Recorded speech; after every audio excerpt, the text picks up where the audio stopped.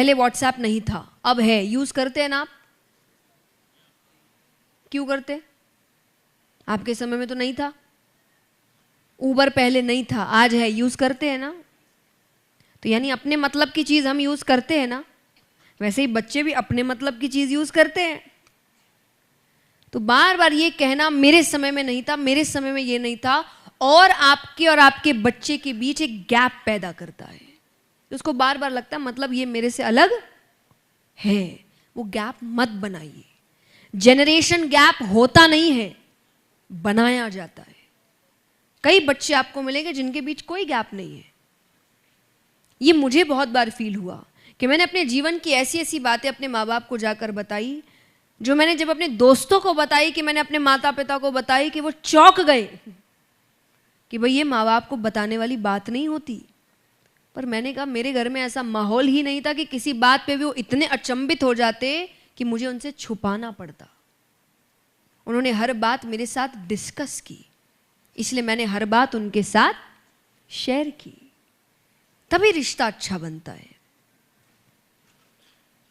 और परिवार मेरी नजर में आपके जीवन की सबसे पहली जिम्मेदारी है कि नहीं? या तो बनाओ मत, बनाओ तो पूरा निभाओ। और हम जितना परिवार को नजरअंदाज करते हैं, उतना दुनिया में परिवार पंचिंग बैग बन गया आजकल। बन गया कि नहीं बताओ? बाहर का सारा गुस्सा, बाहर का सारा गुस्सा, और फिर इसी बात को कहेंगे यही तो प्यार है। तुम्हारे ही सामने तो जता पाते हैं। और ये कोई जेंडर स्पेसिफिक बात नहीं है, मैं नहीं कह रही खाली पुरुष ऐसा करते हैं। जो भी बाहर काम कर रहा है वही कर रहा है। तो पति पत्नी के साथ, पत्नी पति के साथ, माँ बाप बच्चों के साथ, और बच्चे माँ बाप के साथ।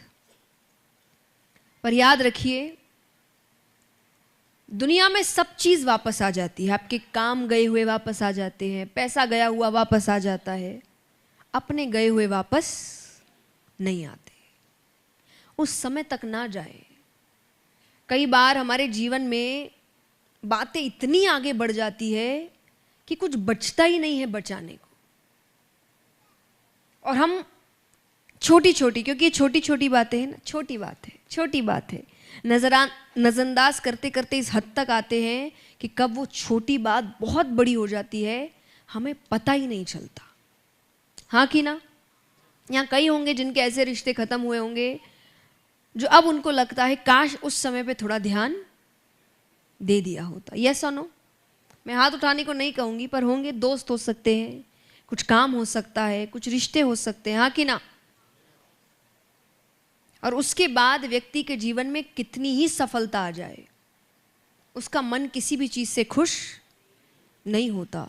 इसलिए आपने देखा होगा कई बार अमीर से अमीर व्यक्ति डिप्रेशन का शिकार होते हैं, क्योंकि पैसा उसके पास बहुत है, रिश्ते एक ढंग के नहीं है। क्योंकि हमने ध्यान पूरा वहीं दिया ना। परिवार को बार बार एक ही चीज कहते रहे, किसके लिए कर रहे हैं, किसके लिए कर रहे हैं, तुम्हारे लिए तो कर रहे हैं। और जब परिवार को देने का समय आया तब परिवार ही नहीं था।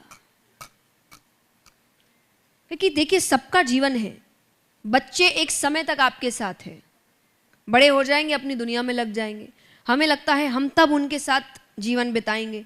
अब उनका जीवन शुरू हो चुका है, उनकी जवानी शुरू हो चुकी है, तो फिर कुछ बचता नहीं है।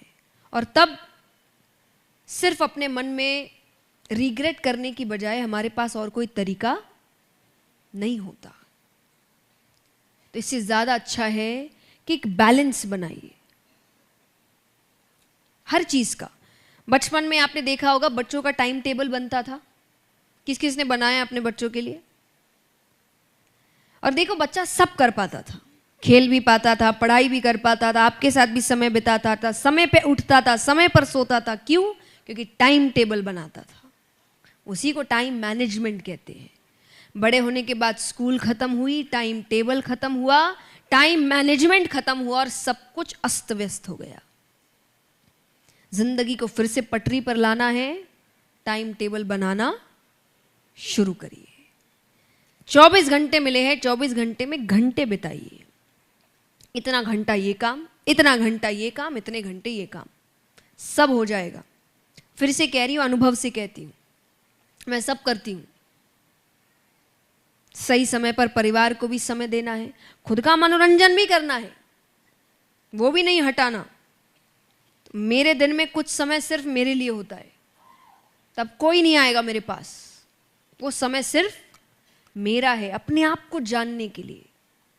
क्योंकि आज हम सबको जानते हैं पर खुद को नहीं जानते।